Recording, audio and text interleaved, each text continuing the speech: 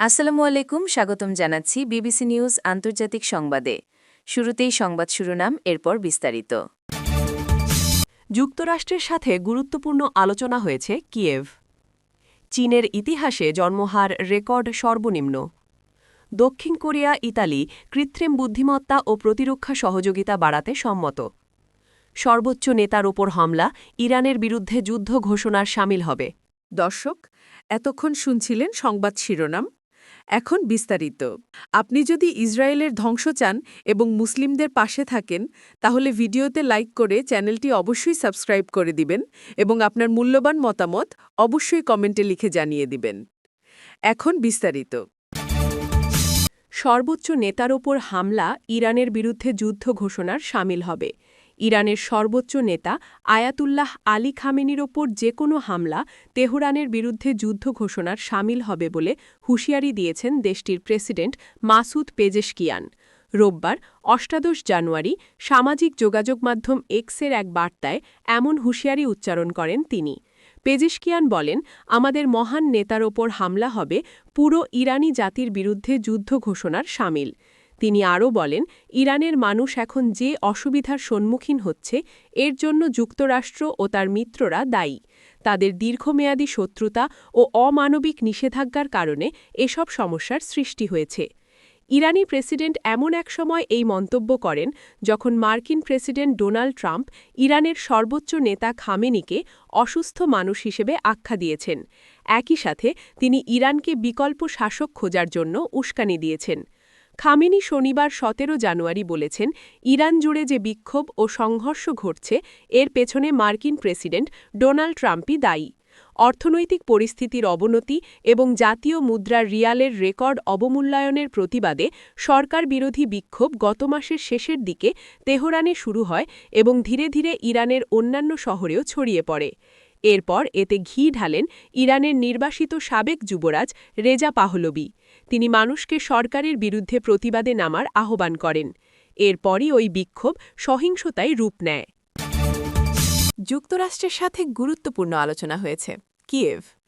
ইউক্রেনের নিরাপত্তা প্রধান রোববার জানিয়েছেন, ইউক্রেন যুক্তরাষ্ট্রের সাবেক প্রেসিডেন্ট ডোনাল্ড ট্রাম্পের জামাতা জ্যারেড কুশনার এবং দূত স্টিভ উইটকফের সাথে নিরাপত্তা ও অর্থনৈতিক বিষয়ে গুরুত্বপূর্ণ আলোচনা করেছে। চলতি সপ্তাহে দাবোসে আরও আলোচনা হওয়া কথা রয়েছে বলেও জানান তিনি। ইউক্রেনের নিরাপত্তা প্রধান রোববার জানিয়েছেন, ইউক্রেন যুক্তরাষ্ট্রের সাবেক প্রেসিডেন্ট ডোনাল্ড ট্রাম্পের জামাতা জ্যারেড কুশনার এবং দূত স্টিভ উইটকফের সাথে নিরাপত্তা ও অর্থনৈতিক বিষয়ে গুরুত্বপূর্ণ আলোচনা করেছে। চলতি সপ্তাহে দাবোসে আরও আলোচনা হবে বলেও জানান তিনি। নিরাপত্তা প্রধান রুস্তেম উমেরভ সামাজিক যোগাযোগ মাধ্যমে বলেন, অর্থনৈতিক উন্নয়ন ও সমৃদ্ধি পরিকল্পনা, পাশাপাশি ইউক্রেনের জন্য নিরাপত্তা নিশ্চিন্তা নিয়ে আমরা গুরুত্বপূর্ণ আলোচনা করেছি। তিনি আরও জানান, চলতি সপ্তাহে দাবোস অর্থনৈতিক ফোরামে এসব বিষয়ে আরও আলোচনা হবে। রুশ আগ্রাসনের চতুর্থ বার্ষিকী সামনে রেখে এই আলোচনা অনুষ্ঠিত হল। এরই মধ্যে কনকনে শীতের মধ্যে রাশিয়া ইউক্রেনের জ্বালানি অবকাঠামোতে ব্যাপক হামলা চালাচ্ছে। কিয়েভের কিছু এলাকায় এখনও গরমের ব্যবস্থা নেই। তাপমাত্রা -12 ডিগ্রি সেলসিয়াস পর্যন্ত নেমে গেছে। ইউক্রেনীয় প্রতিনিধি দল কুশনার, উইটকফ এবং যুক্তরাষ্ট্রের সেনাবাহিনীর সচিব ড্যান ব্রিসকলের সাথেও আলোচনা করেছে। যুদ্ধ পরবর্তী নিরাপত্তা নিশ্চিন্তা নিয়ে মিত্রদের কাছ থেকে স্পষ্ট অবস্থান জানতে চায় কিয়েভ। চীনের ইতিহাসে জন্মহার রেকর্ড সর্বনিম্ন। গত বছর চীনে জন্মহার রেকর্ড সর্বনিম্ন পর্যায়ে নেমেছে। সরকারি তথ্যমতে জনসংখ্যা হ্রাস ঠেকাতে কর্তৃপক্ষের নানা উদ্যোগ সত্ত্বেও টানা চতুর্থ বছরের মতো দেশটির জনসংখ্যা কমেছে। ন্যাশনাল ব্যুরো অব স্ট্যাটিস্টিক্স জানিয়েছে, ২০২৫ সালে চীনে জন্মগ্রহণ করেছে মাত্র ৭৯,২০,০০০ শিশু। এই সময়ে প্রতি ১,০০০ জনসংখ্যায় জন্মহার দাঁড়িয়েছে ৫.০৬, যা ১৯৪৯ সালে রেকর্ড রাখা শুরুর পর থেকে সর্বনিম্ন।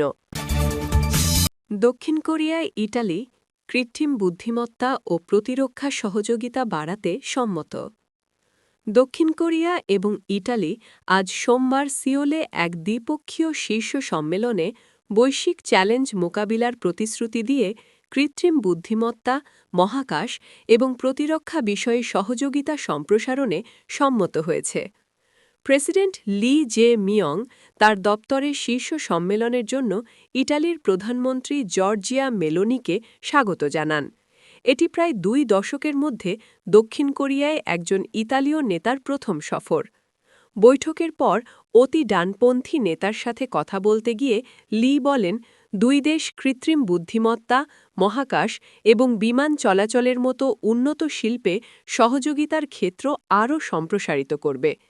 লি আরও বলেন, এছাড়া আমরা পারস্পরিক শক্তির ওপর ভিত্তি করে প্রতিরক্ষা শিল্পে পরিপূরক সহযোগিতা অনুসরণ করব। ক্রেনে রাশিয়ার দীর্ঘস্থায়ী যুদ্ধের কারণে পোল্যান্ড সহ মধ্য ও পূর্ব ইউরোপের দেশগুলো প্রতিরক্ষা ব্যবস্থা জোরদার করতে দক্ষিণ কোরিয়ার অস্ত্র নির্মাতাদের কাছ থেকে ব্যাপক অস্ত্র ক্রয় চুক্তি স্বাক্ষর করেছে, যার ফলে সাম্প্রতিক বছরগুলোতে দক্ষিণ কোরিয়া একটি প্রধান অস্ত্র রপ্তানিকারক দেশে পরিণত হয়েছে। দক্ষিণ কোরিয়া 1950-53 সালের কোরিয়ান যুদ্ধের পর থেকে যুদ্ধের জন্য প্রস্তুত রয়েছে এবং প্রয়োজনীয় দেশগুলোতে দ্রুত অস্ত্র রপ্তানি করে আসছে। তবে যুদ্ধে লিপ্ত দেশগুলোতে অস্ত্র সরবরাহে বাধা দেয়ার অভ্যন্তরীণ নীতির কারণে তারা ইউক্রেনে অস্ত্র সরবরাহ করেনি। মেলোনি বলেন, ইউক্রেনে যুদ্ধ প্রতিটি দিক থেকে ইউরোপের নিরাপত্তার জন্য অত্যন্ত গুরুতর ঝুঁকি তৈরি করছে। মেলোনি আরও বলেন, এই কারণে আমরা বৈশ্বিক সহযোগিতার নতুন রূপ অনুসরণ চালিয়ে যাব। তিনি সিউলকে G7-এর সবচেয়ে গুরুত্বপূর্ণ অংশীদারদের মধ্যে একটি হিসেবে বর্ণনা করেন। এই 2 দেশ বিশ্ব শান্তিতে অবদান রাখার জন্য একসাথে ঘনিষ্ঠভাবে কাজ করার ও শান্তির সার্বজনীন মূল্য রক্ষা করার ও সারা বিশ্বে প্রসারিত করার প্রতিশ্রুতি দেন।